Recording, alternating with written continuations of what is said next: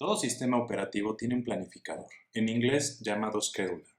Podría traducirse como calendarizador o planificador de calendario, lo que dice qué tarea hacer primero, cuándo trabajar en cada tarea y cuándo cambiar de tarea.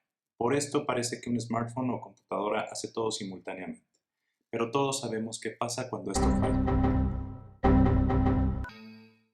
Pues las computadoras solo pueden hacer un número específico de tareas a la vez, dependiendo de su potencia y capacidad, y esto se debe en gran medida a una falla en la planificación de tareas, más que en la falta de capacidad para hacer las tareas en sí.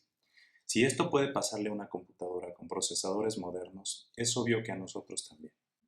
La frecuencia de los fallos en computadoras por procrastinar eran muy comunes antes de 2003, pues el planificador utilizaba muchos recursos clasificando las tareas y decidiendo cuál era más importante, a veces más aún que en ejecutar esas tareas. Pues como Brian Christens dice en su libro Algoritmos para la vida cotidiana, los creadores de Linux se enfrentaron a este problema, pues su sistema operativo tardaba más clasificando todas las tareas por prioridades que ejecutándolas. Su solución fue hacer un número limitado de clases de prioridades, según la capacidad del procesador. 10 tareas llegaban al sistema y las separaba solo en esas clases. Usaba sus recursos para ejecutar más que para planear. Y esto nos pasa también. Te explico con un ejemplo cotidiano. Una bandeja de entrada del triple del tamaño de lo normal puede tardar en gestionarse hasta 9 veces por el efecto de tiempo cuadrático que representa, el incremento más el esfuerzo desperdiciado de clasificar.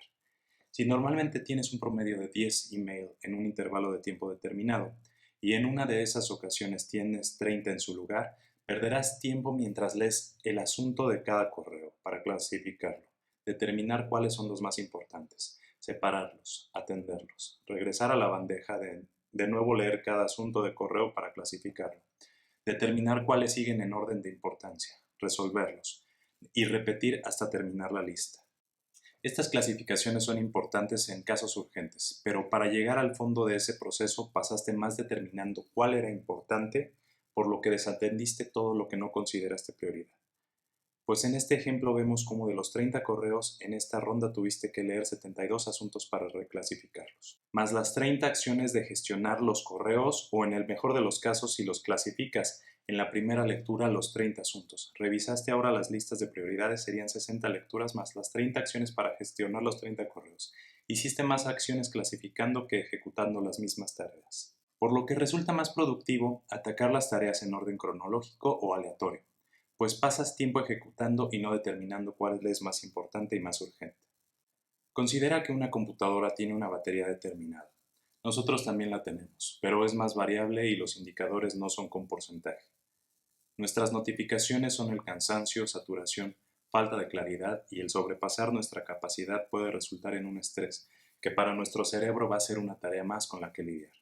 Alguien que hace una tarea a la vez sin categorizarlas puede terminar más rápido y mejor, pues también influye otro componente, el foco de atención. Cada que una computadora cambia de una tarea a otra, hace lo que se conoce como cambio de contexto. Marca su posición en la tarea que dejó, saca esa información de su memoria y mete la información de la nueva tarea en la memoria. Cuando retoma la primera tarea, tiene que sacar la información de la segunda y recuperar su posición en la primera. Cada una de estas acciones consumen recursos y tiempo, y en nuestro caso las interrupciones son muy frecuentes, cosas que tienes que atender, pues normalmente son urgentes e imprevistas. En un mundo ideal esto no pasaría, pero en el mundo actual es como funcionan las cosas. Al igual que las computadoras, si nosotros estamos haciendo una tarea, somos interrumpidos, para realizar otra emergente, nuestro foco de atención cambia, y al regresar a la primera tendremos que retomar el punto de contexto en el que estábamos previamente. Con probables pérdidas de secuencia, perdiendo tiempo y calidad con esto. Lo mejor es, como ya vimos, hacer las tareas en orden cronológico o en el orden que las podamos anotar o tratar de terminar una tarea a la vez para tener el menor desperdicio posible de recursos y la mejor calidad posible en cada tarea.